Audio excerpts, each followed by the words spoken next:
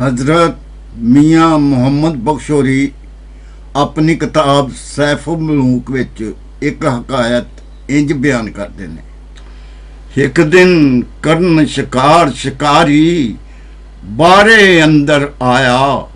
एक दिन करन शिकार शिकारी बारे अंदर आया। आ दरख्त घने दी छावें उसने डेरा लाया। नाले बाज हवाइयों उड़दा आ बैठा उस रुख ते। नाले बाज हवाइयों उड़दा आ बैठा उस रुख ते।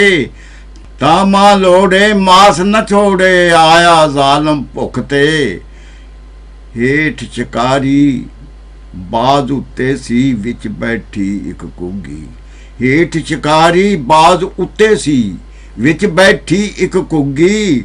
दुश्मन वेख कहे अज मैं भी चोग अजल दी चुग्गी। हेठों शिस्त शिकारी जोड़े तीर घुग्गी नूं लावां। उत्तों बास तके जे उड्डे पकड़ शताबी खावां। ते घुग्गी जदों उन्हां वल दिठा करदी फिकर कनेरा। कहंदी रब्बा क्यों कर रखसें बचन नहीं हुण मेरा। बैठ रहा तां शिस्त बराबर मारे तीर शिकारी। बैठ रहा तां शिस्त बराबर मारे तीर शिकारी। जे उड्डां तां बाज पकड़ सी हर पासों मैं मारी। तीर लगन विच देर न कोई कुछ तदबीर न चलदी। तीर लगन विच देर न कोई कुछ तदबीर न चलदी। आही घड़ी अजल दी ए हो विच तकदीर अजल दी।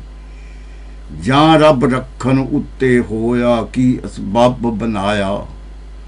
जां रब रखन उत्ते होया की असबाब बनाया।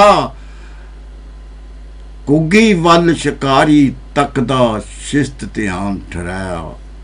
घुग्गी वल शिकारी तकदा शिस्त ध्यान ठहराया। पिछों नाग चलाए उसनू दंद आलूद जहर दे। पिछों नाग चलाए उसनू दंद आलूद जहर दे।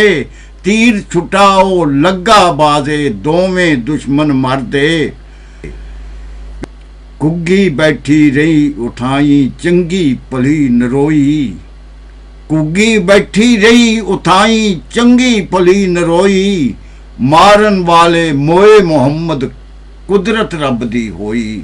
मारन वाले मोए मुहम्मद कुदरत रब दी होई।